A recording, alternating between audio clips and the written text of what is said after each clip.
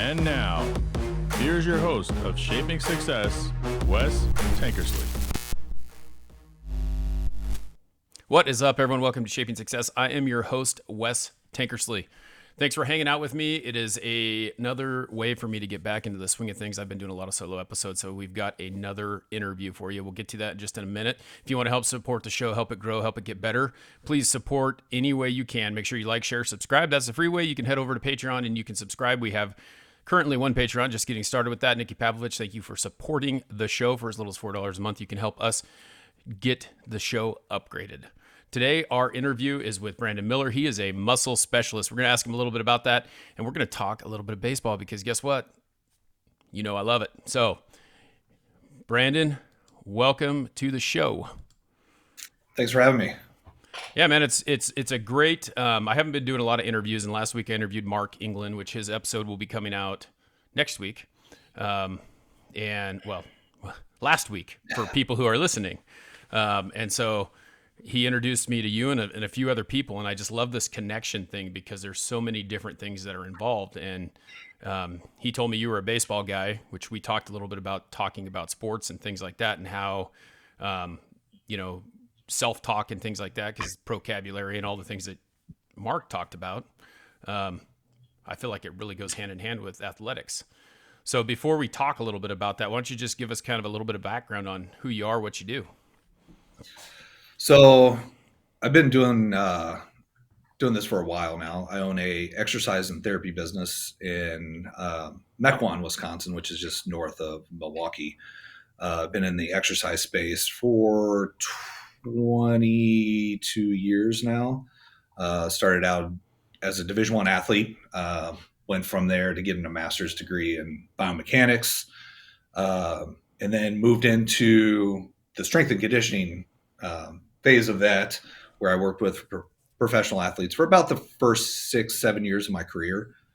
And then ended up going more into the private sector, where I saw a very big gap between strength and conditioning, being strong, and just overall function of people's bodies, especially as you get older.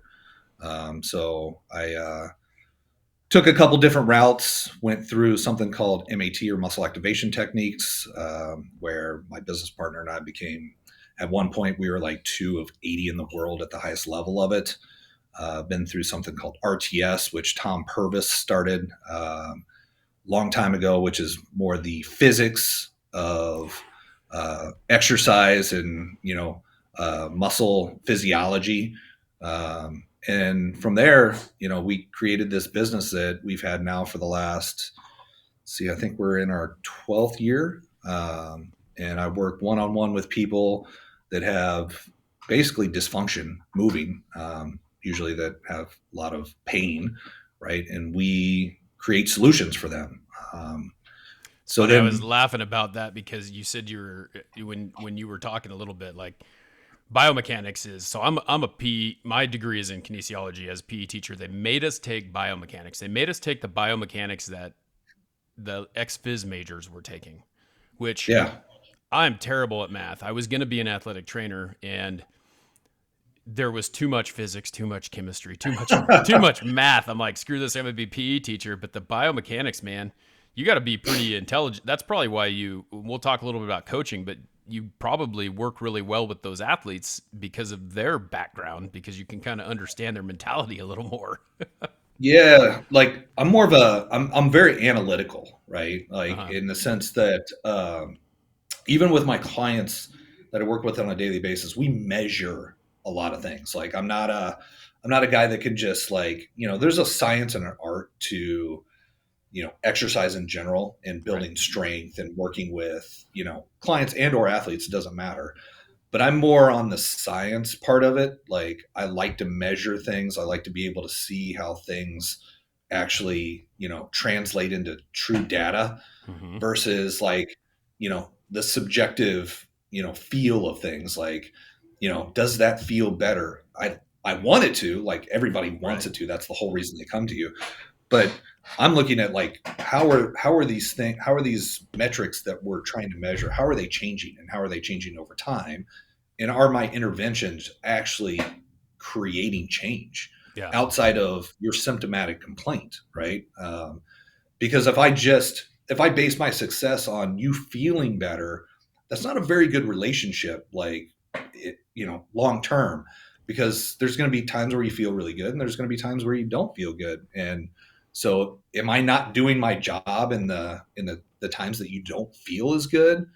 Like, I need to have other parameters to be able to show, like, my worth to a client Right. over a long period of time. So, Yeah. And I mean, I'm it's as more. simple as like measuring flexibility, right? Like I had my knee replaced 2 years ago, and that was like one of the main ways that they made sure that you were recovering correctly was how far you could flex that knee. And they measure it with a gauge, and you can tell them that you don't feel good, right? Because it's funny. Right. They're like, this is not going to feel good for like a year, and I'm like, well, this is stupid because why did I get this done? Because it feels just as bad as it did, 3-4 months later. Yeah.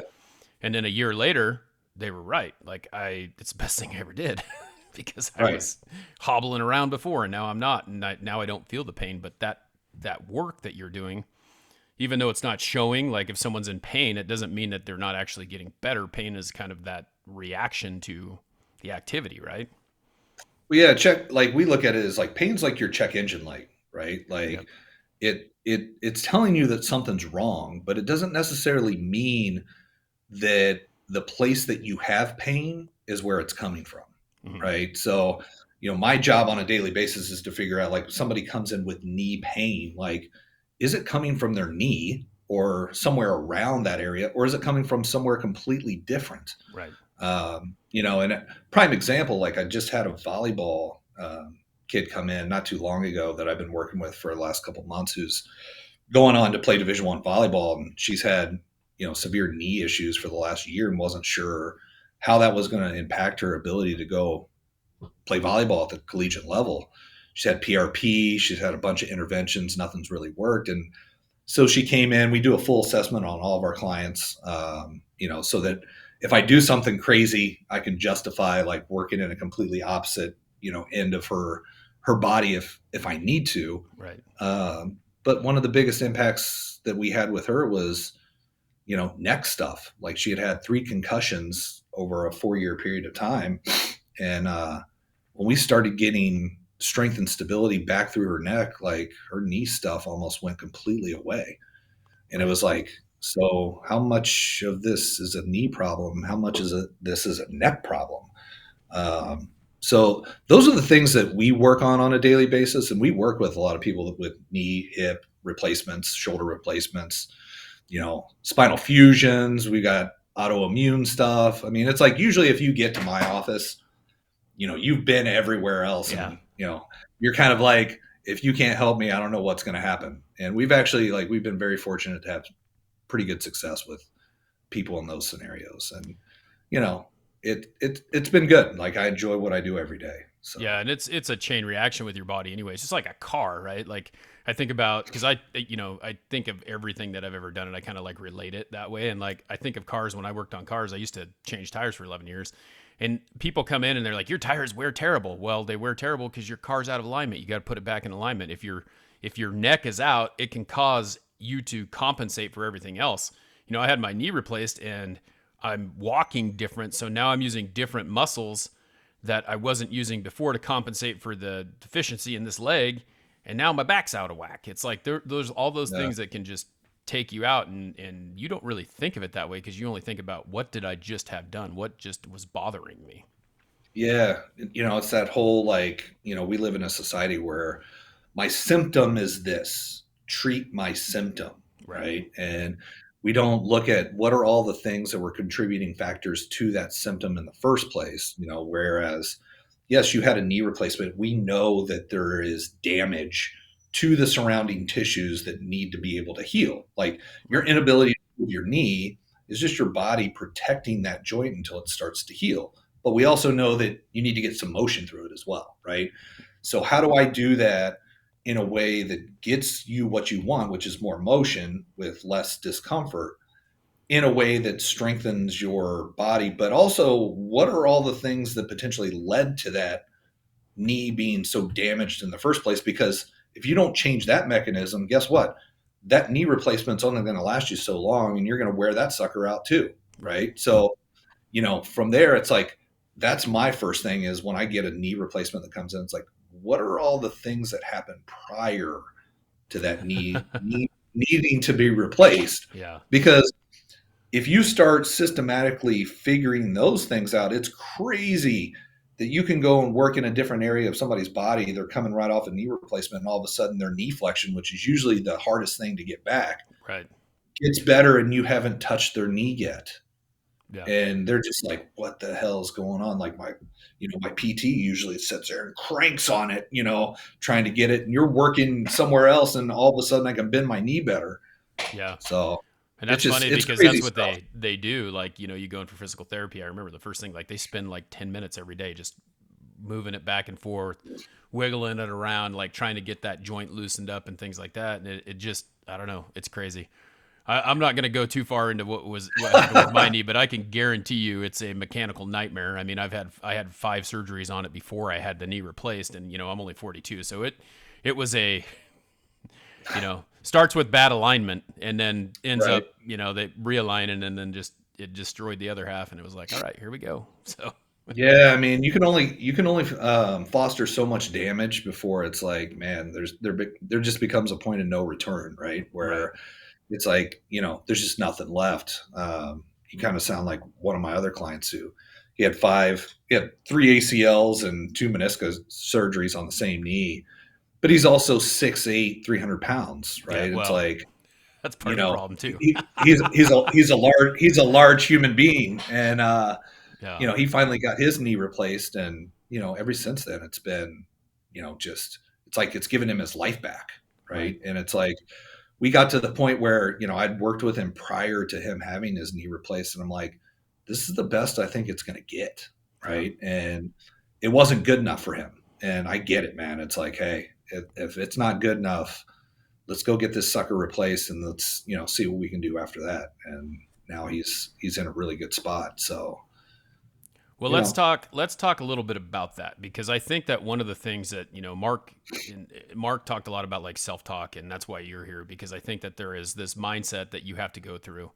Um, I was really interested because I'm a baseball coach, or I was a baseball coach, I was a PE teacher, kines major, and coaching kids and things like that. And I think one of the hardest things that you can do, and this can happen with everyday patients in your clinic, this can happen with your players, this can happen with your kids, right? Like, one of the biggest things that you have to do is be able to believe in yourself and understand that the words that you give yourself in your head can change the outcome of anything, right? yeah. I mean, what stories are you telling yourself, right? And what things are going in, what things are going through your mind at any given point that you're either willing or not willing to share with people. Like whether it's a client that comes in that my knee hurts, I need you to fix my knee. Well, what is that? What is the story behind that? Like what is the thing or things that knee pain is keeping you from doing? That's the important thing. That's what I have to get to. Not Right, let me figure out how to fix your knee. Like, because again, like that's setting me up for failure, right? right, Like, but if that person says, if I can get to the root cause of why that knee is bothering their or affecting their life in a negative way, like I can't walk up and down my stairs in my brand new home that me and my husband just built because our master bedroom's on the second floor. right, Well, that's something that, hey, now we have something that we can work with, right? Like that's a true goal. Like, how can I figure out how to get you to walk up those stairs, right? right, When I'm working with one of my pitchers, like, what is your goal? What do you want to accomplish this year, right? And then from there, we can start to talk about, okay, is there a plan that we can put together to help you reach that goal? And then how are you setting yourself up for success based on the way you present yourself, the way you work, the things that you're saying to yourself? Like you have to believe that you can actually accomplish said goal right. or it's worthless, right? So we talk a lot about that with clients, with my players. We talk a lot about self-talk. Mm-hmm. Um, we talk about a lot about soft talk. that you and Mark maybe talked about the wishy-washy words that we tend Right. to use all the time. And the first thing that I do with our guys in the fall is we talk about that stuff. Like, have you guys ever heard of soft talk? What is it? Because a lot of you use it on a daily basis, right? Right. And so usually we go over this like the second day of fall practice for all the new guys, and we write all the words up on the board, and we have like all the upperclassmen, they get it because they've been through it now for the last 3 years. And I have them do that, the soft talk challenge, right? Like, write all these words on a piece of paper, and you have to shoot a picture of where you put this note, where you can see it every day. And I want a picture of it sent to our group chat. So we have a team group chat that we use. So now, like, by the third day of practice, I've got 35 to 40 pictures in our group chat of where these guys have put their soft talk words. And then we just talk about that, like, throughout the fall. How often do you hear your professors use these words? How often do you hear other friends of yours, like when you have conversation, use these words? How often do your parents use these words, right? Now, if I bring that to the forefront, guess what? Now they start to hear it in their own language, where it's like, yeah, I hope I throw a strike here. You hope? Like, what is that? Like, and they start to catch themselves. So when we're going through the fall, it's really like our fall. Yes, it's about development, it's about baseball, but it's also about the development of your mindset, right? Mm-hmm. And we're trying to drive that home early in the fall. What is our mindset coming into to practice? What is our mindset going into the weight room? What is our mindset, when we're in the middle of the diamond getting ready to enter squad? What is your mindset, when you just failed in the middle of the diamond, or when you failed at home plate? Like, what is failure, right? We define all those things for our guys, so that, I think that's the biggest thing that we've done over the last couple of years, is really work on our language, work on our mindset of things. We have a Division I team that practices at our field in the fall, and we have a huge whiteboard in our dugout. And I'm always putting stuff up on our whiteboard. And anytime we go through any of our goal setting or our soft talk stuff, their head coach for 3 years has been asking us, what the hell is this on the board? He's like, I'm super interested. He's like, can you run us through what you're doing? And our head coach is like, absolutely not. We play you once a year. He goes, once you're off our schedule, he goes, maybe Brandon will come over and go through it with you guys. We're not giving away our trade secrets. Oh no. So I haven't been able to do it with those guys. They've asked a handful of times, but our head coach is like, oh no, not until they're off our schedule. Yeah. So I was like, that's fair. So you talked about goal setting a little bit, and I think it's interesting because I know, like, because I coach high school baseball. Most recently, it was like just the freshmen. So they come in there, and some of them are 8th graders, some of them are freshmen, and a lot of them have these unrealistic goals. Do you have that at the college level? Do you have that in your working environment, where they're like, a kid comes in and says, this is just like out of nowhere, but like, I'm going to throw 100 miles an hour this year. It's like virtually impossible for an 8th grader to throw that hard or whatever. How do you kind of work through that process? Because it may be possible later, but it's not possible now, or it may never be possible for that kid. Yeah. I mean, I think it's not bad to have extreme goals, like that. Like, if you're in 8th grade and you're like, yeah, I want to throw 100 miles an hour. Well, who the hell doesn't? Right. That it's not a bad goal per se. It's just, like you said, is it realistic, and where are you at now? Right. And it's okay to have those goals that are a little far off, but I also need to know, like, is it realistic that you can throw 100 miles an hour this year? Right. Like, you're in 8th grade, you currently throw 62. Like, are you going to be able to gain 48 miles an hour or 38 miles an hour of velocity in a year? No. Like, what's the average velocity gain for a kid in high school, college, whatever level you're at in a year? Well, typically at our level, it can be anywhere from 2 to 4 miles an hour. Like, that's just the average that we typically see with our incoming freshmen, right? So if you're setting at 85, Like, it's not realistic for you to be at 95 by the end of your freshman year, but it is realistic for you to potentially be at 90, right? Right. So let's not take away from the idea of like, I still want to throw 95. Let's just say, okay, that could be a 2 to 3 year goal. Mm-hmm. But what is your goal for this year? What do you want to accomplish this year that we can legitimately put a plan together that if it's followed, you have a realistic shot of hitting it, right? Yep. Those are the conversations that we have. It's like, hey, man, like I want every single guy on our staff to come to me and say, Coach, I want to win pitcher of the year. Yep. That's great. But, can you control that? No, you can't, because you can't control how the other 13 coaches in our league are going to vote. Right. Right. Like, I'll give you a prime example. We had a kid last year who led our league in every statistical category. And because he had won pitcher of the year before, there was a handful of coaches that didn't vote for him. Right. And their reason was he already won it. So we take a kid, right, that does all the things you ask him to do, put all the numbers together that you ask him to put up to win an award, right? And he gets snubbed because he's already won it. And it's like, you can't control those things. So instead of winning pitcher of the year in our conference, he won pitcher of the year in the region.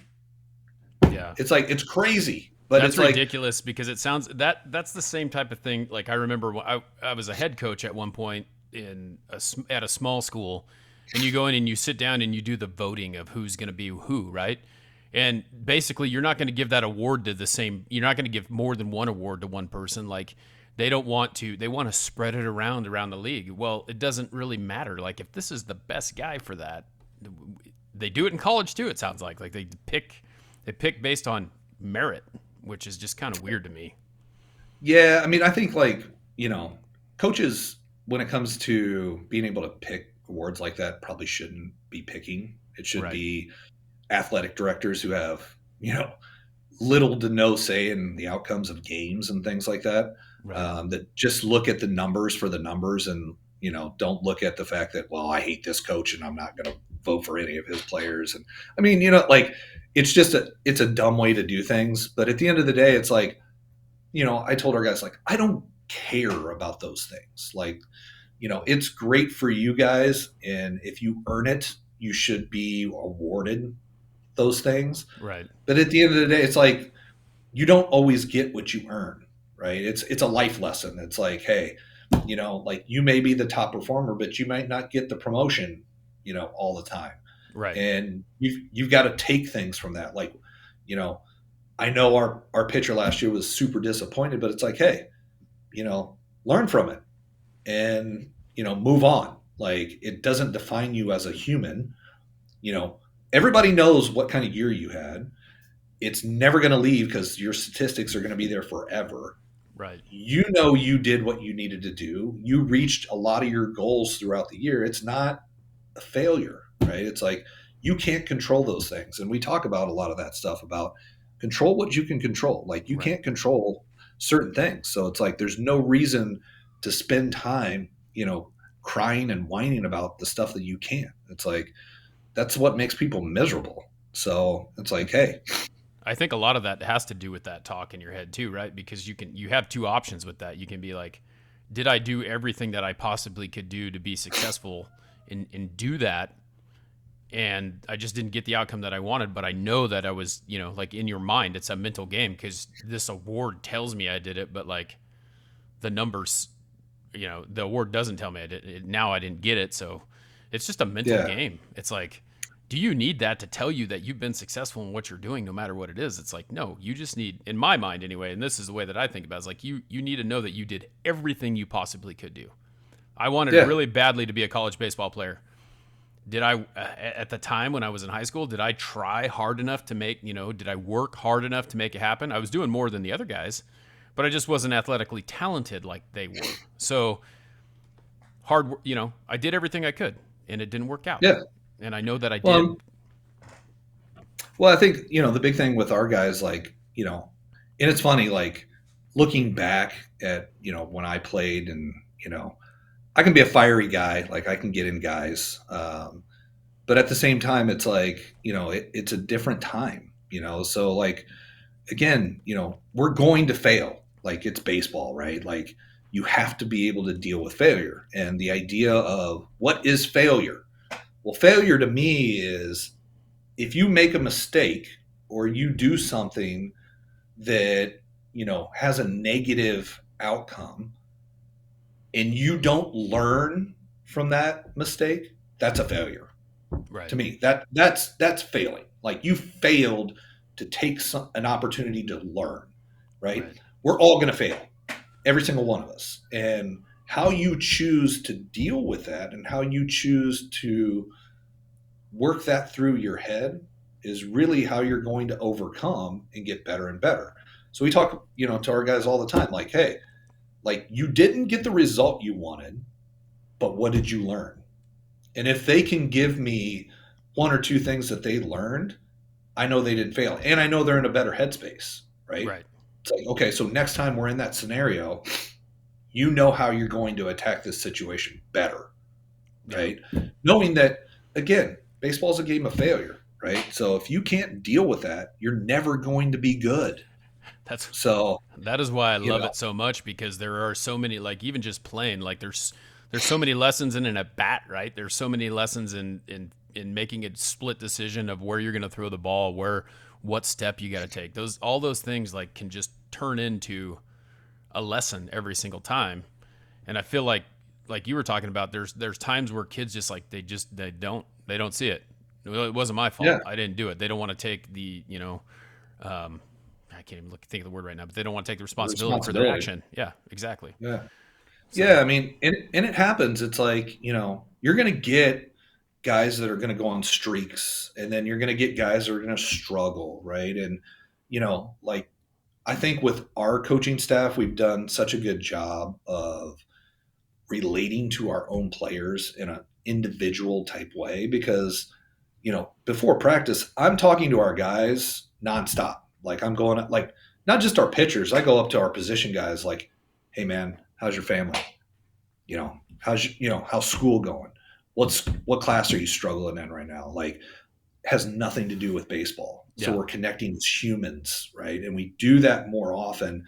Whereas now, like when I come down on a guy, like he knows it's coming from a place of love, of someone concern, who cares about versus, them. who actually gives a crap, right, outside of what he does for me on the baseball field.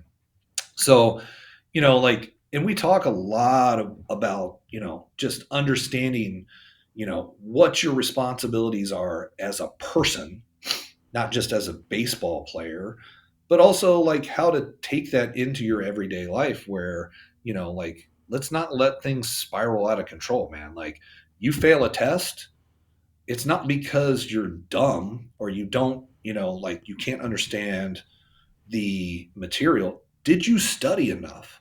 Did you prepare? Did you get a good enough night's sleep the night before? What are the things that led up to you failing that test? Because chances are, if you failed, you missed opportunities to learn.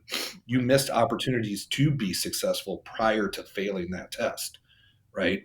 So it doesn't just translate from baseball. Baseball has helped us really get our guys on the same page with, hey, this happens throughout all aspects of your life, right? Like you understanding like, hey, if you fail at something, chances are you missed opportunities to be successful prior to that. And now it's about going back and taking responsibility, right? Because I didn't take that test. You took the test. Like I didn't have to study. You didn't study. Like those are the things where it's like, stop blaming other people, start looking in the mirror more and do something about it. Like if you're not getting the innings that you want, do something about it. Like, don't cry to me. I'm not throwing the pitch. You are. Like, you want to get on the mound more, do the work to get better, to get out on the mound. I was like, I don't give anything to anybody. You earn everything, right? It's like I had a freshman text me the other day and it was like, Coach, real excited for the summer.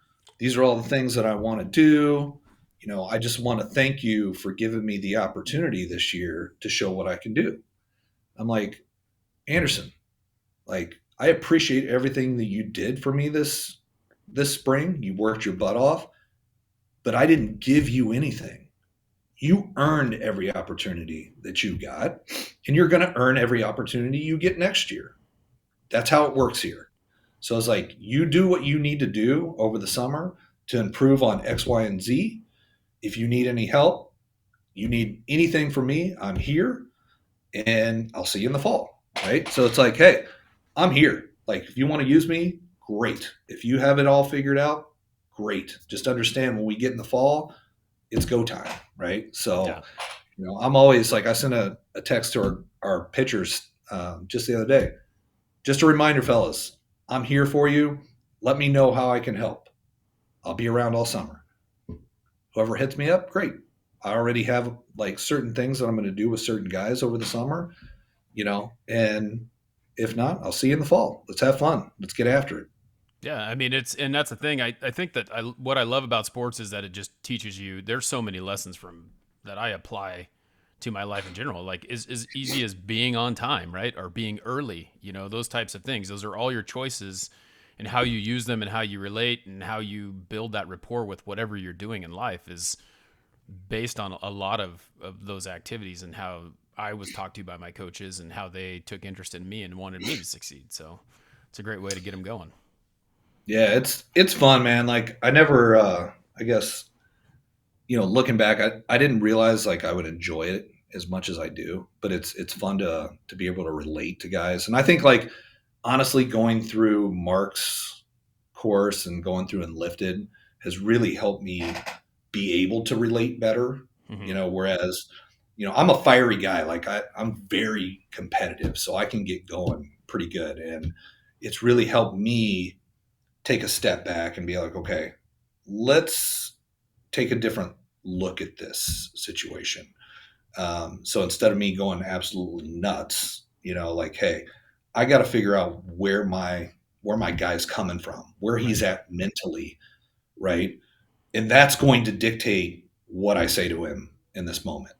And then, again, like, after everything's settled, I like to have that one-on-one conversation with that kid after it's all done. Like, hey, tell me what you think, what happened, right? In your words, tell me what happened. Yeah. Let's walk Well, through it, right? it's really like that's kind of like with anything that you do, and I'm sure you deal with this in your business as well, as like learning how to manage people is really what it's about, because you can't talk to every single person the same way. And so getting to know how they react by, personally having a conversation with them, understanding that maybe fiery works with this guy, but it doesn't work with that guy. Like, sometimes you have to kind of talk to a guy in a normal tone, or sometimes you got to yell at a guy to get your point across. And I think that a lot of coaches do that really well. And then there are some that are just like, I'm done. I can't do this. This is just ridiculous. And you have to be willing to make that happen. Yeah, and I tell guys in the fall, one of the first things that when I meet with all the guys on our staff for the first time is, listen, take a look around, fellas. It's like, do any of you guys look similar? And it's always no. It's like, if you don't look similar, do you guys behave? Do you have the same characteristics? Like, are you all outgoing, or some of you shy, some of you a little more outgoing, some of you really outgoing, right? And they're like, yeah. It's like, well, then don't expect me to treat you the same way. Yep. Because that's not how this works. I was like, the only time you need to be worried is if I stop paying attention to you. If I stop talking to you and I stop paying attention to you, you're in trouble, right? Because I know I'm going to figure out what I need to do in order to motivate you to get the very best out of you. And that might be to chew one of your butts. That might be to give one of you guys a hug. But just because I give one guy a hug and I chew the other guy's butt, it doesn't mean I like the guy that I gave a hug to any more than I chewed the guy over here. It just means I know that's what it's going to take to get the very best out of you, right? Yep. And we're going to figure that out together, over the next year. And the guys that have been here, I know what I need to do to motivate those guys, right? But don't think that just because, I hug this guy over here that I like this guy better. Like, that doesn't, those things don't translate for me. So, we set that tone very early with Yeah. how we communicate with guys.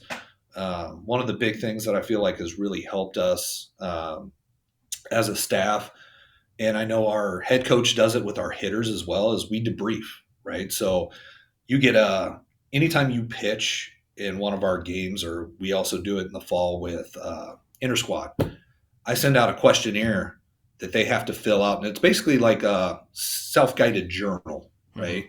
Where it's like I ask very specific questions that I want answers to that they have to think about right after they, compete, and then the next day we have a conversation about it. It's like, okay, you tell me like why did you write this? Let's talk about it, Yeah. right? Like, and so we go over that because it's a very powerful thing to start putting stuff down on paper, right? Versus you and I just having this conversation. It's like things come out when you actually have to write stuff Right.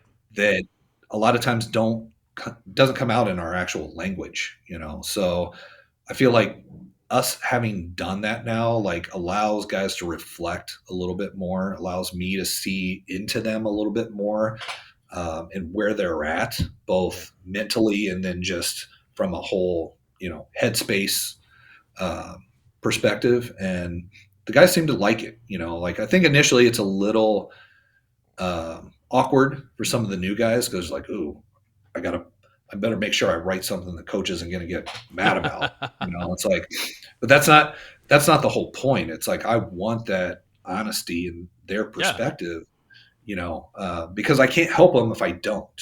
Yeah. If Like I they're not can't. honest with themselves, how can they really fix the situation? Right. And that's the whole thing.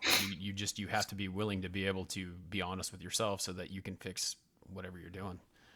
Yeah. So I mean, it's like it's crazy. And the tools that Mark has given me through going through it lifted is like changed my perspective on how I even approach those situations. And if I have a guy struggling, like I've done story work with guys on our team, like, hey man, like I can see you're struggling.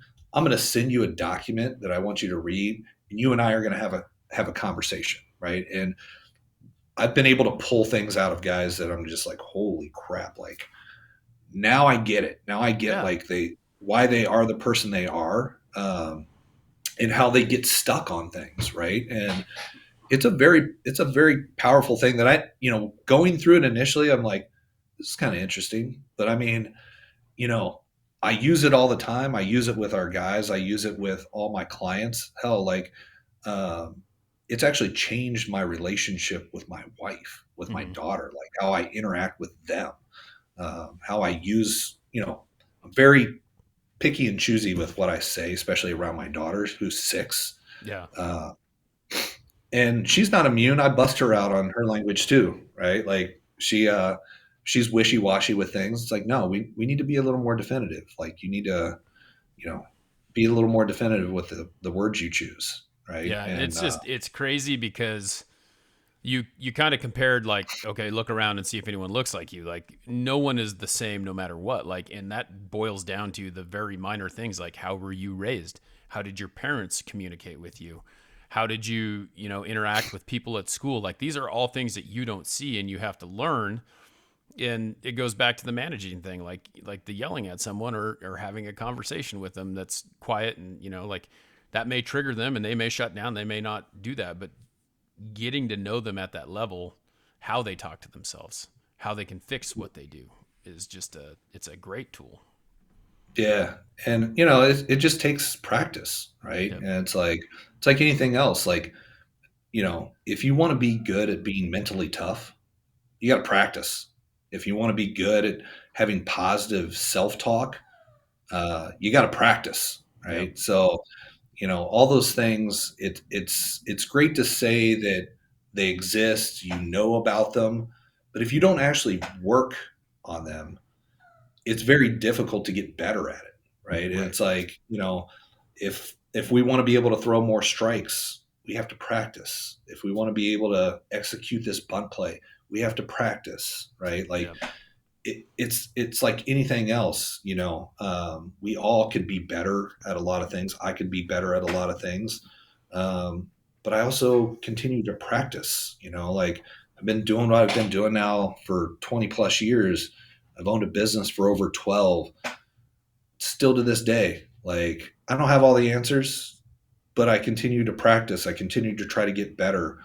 We're both, my business partner and I, like we're continual learners. Right.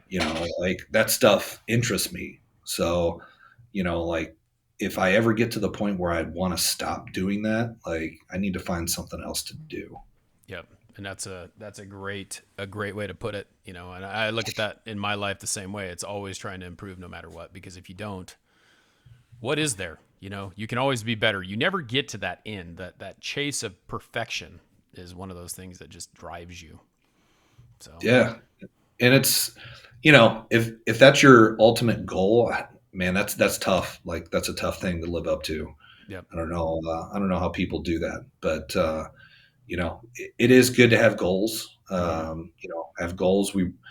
I sit down with my wife every year. We have, marriage goals that we have. We have certain things that we want to do. We build a plan around those things. I sit down and write goals for our business, for baseball, like, and then, I have our guys go through the same thing. At the end of fall, we go through a goal setting uh, thing where every guy has to write anywhere from 3 to 5 goals. 2 to 3 have to be baseball related. The other 3 can be, or the other 2 can be family related, can be school related, right? Yeah. But we go through that.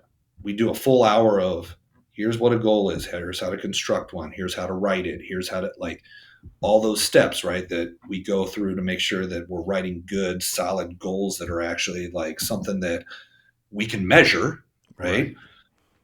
And then I have them write them on a note card. And then at the end of the fall, every single guy has to stand up in front of the team and read off his goals. Every guy. And then we take that card and we laminate it for them. And now, from the time at the end of the fall to the end of the season, they have to have that note card on them somewhere. So if I see a guy on campus and I ask them to pull out their note card and they don't have it, you're in trouble. Now, if you have a picture of it on your phone, I'll take that, right? But you have to have it with you all the time. And every once in a while, like what we'll do at the end of practice, I've done it at the end of a game. Hey, Micah, take out your goal card and read out one of your 5 goals. And they have to do it right there, right then and there in front of the team. And then we always do it like at our banquet at the end of the year. We have guys come up, read their goals, and then how many of those did you accomplish this year? Right? Yep. So like everybody gets to be appreciated. Everybody gets to see like, holy crap, like I achieved every goal that I wrote down. I achieved 3 out of the 5. I achieved but when you put it out in the world, right? Like you put it out in the world that this is my thing. Now you have accountability to 35, 36, 37 other guys that if you're not staying congruent with those goals, they should be calling you out, right? Yep. Like you're not doing the work because you put it out in the world that you wanted to be, first team all conference player of the year, but yet you haven't shown up to a single extra hitting session all winter.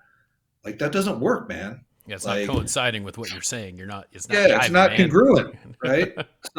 So it's like I found that that's a powerful tool that we use that has become something where our whole coaching staff does it. So like we're not immune. It's like I stand up in front of everybody too. Like, hey, here are my goals for the year, fellas. Like here's what I'm working on. Hold me accountable, right? If I'm not doing what I say I'm going to do, hold me accountable. Like our whole coaching staff does it. So it's not like I'm asking anybody to do something I don't do myself. Right. Or like, hey, I'm going to write my goals down, but I'm not going to share them because I'm not confident enough in what I'm doing. No, I'm going to stand up in front of you and say, hey, hold me accountable, fellas. Like, like our coaching staff does the same thing. Like hold us accountable to the things that we're trying to do. Yeah. If you can't tell someone to do something if you can't do it yourself. I mean, that's all there is to it. People respect that. People see that. And I'm sure they really like that you are able to prove to them that you're doing it. Yeah, it's great, man. It's helped me in a lot of ways, like between like all aspects of my life. Yeah. And it's one of those things where baseball, business, family, like they're all important things in my life. And like keeping that balance, but also like just being able to communicate, and being able to communicate with my wife, my daughter, my players, coaches, friends, Yeah. it's a big deal, trying to keep all those things together, when you're super busy all the time. Make sure that those relationships are nurtured and everybody's on the same page. And if there's an issue, like being comfortable with having those tough conversations, Yeah. right? Well, I appreciate you taking the time to hang with us and talk to us about this, because it's, not only is it important to me, but I think there's a lot of people in our audience that would love to hear a little bit more about that. If they want to reach out to you, can they do that, and where can they find you? So I'm on Instagram. It's just BA Miller at Instagram. Our body activation is our business page that you can go on Instagram, find us on there. Our website is www.body-activation.com. All of our email stuff's on there if you'd like to get in contact. And then, I'm on the Milwaukee School of Engineering athletics page. I've also got an email on there in case you want to reach out from a baseball perspective for whatever reason. Yeah, multiple ways to get in contact with Multiple us. ways, man. I'm all over the place. So, It's always a good thing, though, right? yeah, I mean, as it's long as just it trying to keeps you. manage everything. Yeah. So, Well, I appreciate you. I sent you over on Monday. I sent you over an invite, and we're already doing this on Wednesday. So it's awesome that you were able to, get it out of the way, or not get it out of the way, but come and do it. yeah, Because I know no, you're getting really busy. it was great. I was like, holy crap. I'm looking at my schedule. It's like, I actually have an opening on Wednesday, but I'm looking at my schedule and like, shit, I don't have another opening for almost a month. So I was like, hopefully he's cool with doing it right away instead of waiting around. Yeah, no, it's great. I always love it when people just respond, and you guys have been really good. Mark was really good about just being here, and you didn't really need me to kind of. A lot of times with guests, you have to kind of baby them to get them where you need to get them, and it's been really good. So I appreciate you doing it. Yeah, no problem, man. I appreciate you having me on. Hopefully, it wasn't too boring for Oh you no, or it any of your definitely wasn't for listeners. me. So, And I think a lot of people can get that information. I think that it's very sports in general, self-talk, those types of things all go into goal setting, no matter what it is, no matter what that goal is. And I think we made a lot of good segues to that it carries over. We may be talking about it in baseball, but it carries over to life. Life is the same way. It's just, how do you deal with that failure? How do you talk to yourself? What's your plan? Like, you got to have a plan. Nothing's going to happen without that plan. So I think it's yeah, I great. mean, it's one of those things where, it seems very easy, right? When we talk about it, it's like, oh, yeah, I can do that tomorrow. I could do that, but it's like when you actually sit down and you have these serious conversations, whether it's with your clients or your athletes, like, but the biggest one is sitting down with your wife, like your girlfriend, Right. somebody that's important to you, like that you're sharing your life with, and being on the same page. It's like, holy crap. It's like, my wife and I, we have things we want to do. Like, Yeah. so let's write them out. Like, let's talk about how are we going to get there, right? Let's just not hope that things work out in our favor and all those things that we think we want, like they just happen. It's like, let's write them down, put them somewhere where we can see them, and we start working towards them. Yep. Like that's the best way to get those things is let's put a target there, man. Like you want to shoot at something, let's actually have a target. Right. It's tough to shoot at things that you don't know that even exist, Right. You right? can't just throw it all Um, out there and hope something happens. no, I mean you just got to do it, and I think it's between that and I'll tell you what, if you have kids, the biggest thing that I found that is huge, and I can't take credit for it. Mark actually, like him and I were having a conversation, and it got brought up, and I started doing this with my daughter about a year ago. She can't even write; like she's just now starting to write. But we keep a wins journal for her. So, like before she goes to bed, we have a journal that we Uh-huh. open it up. Hey, give me 1 or 2 wins that you had today, right? Because I don't think we celebrate the wins enough. No, Like, we don't. We really just focus on the negative all the Yeah. time. Like, what happened to me bad today? Like, it's like so depressing. That's why everybody's so depressed, right? Because they can't get out of their own way. But it's like, what good happened today? Like, let's celebrate it, right? So, like, Yeah. I'm hoping she continues to do it.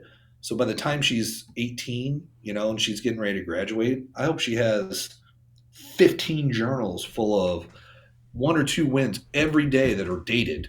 Yeah. So the way they're done now is like we date them, and she tells me her wins, we write them down, and then she scribbles her name, right?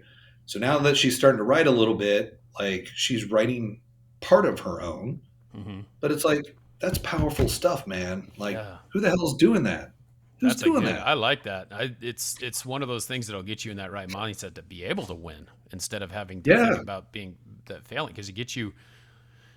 That's 100% the problem with this world right now. Is like all we do is look at all the negative crap, but there is good stuff going on, and we just don't see it. And to be able to pick that out and define it is an awesome trick.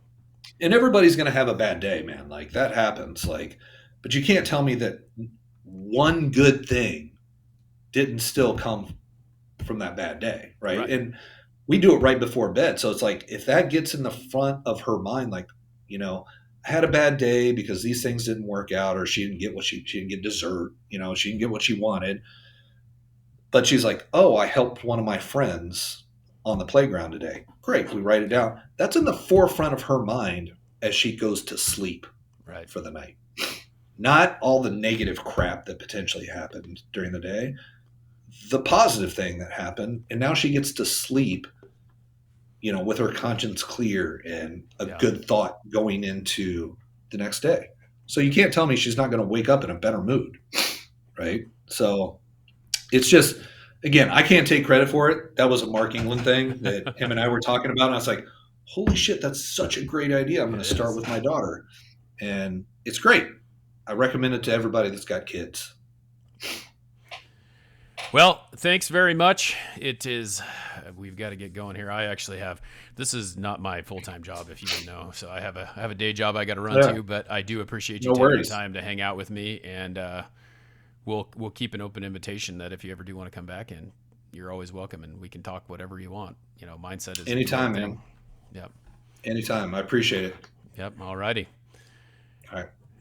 All right, everyone. Thank you for hanging out for this episode of Shaping Success. I hope that you found Brandon very interesting. It's a great thing to talk about mindset. This is really something at the forefront of my mentality that I really enjoy talking about, because I think that everyone gets stuck in those negative ways because it's what's sown this day and age.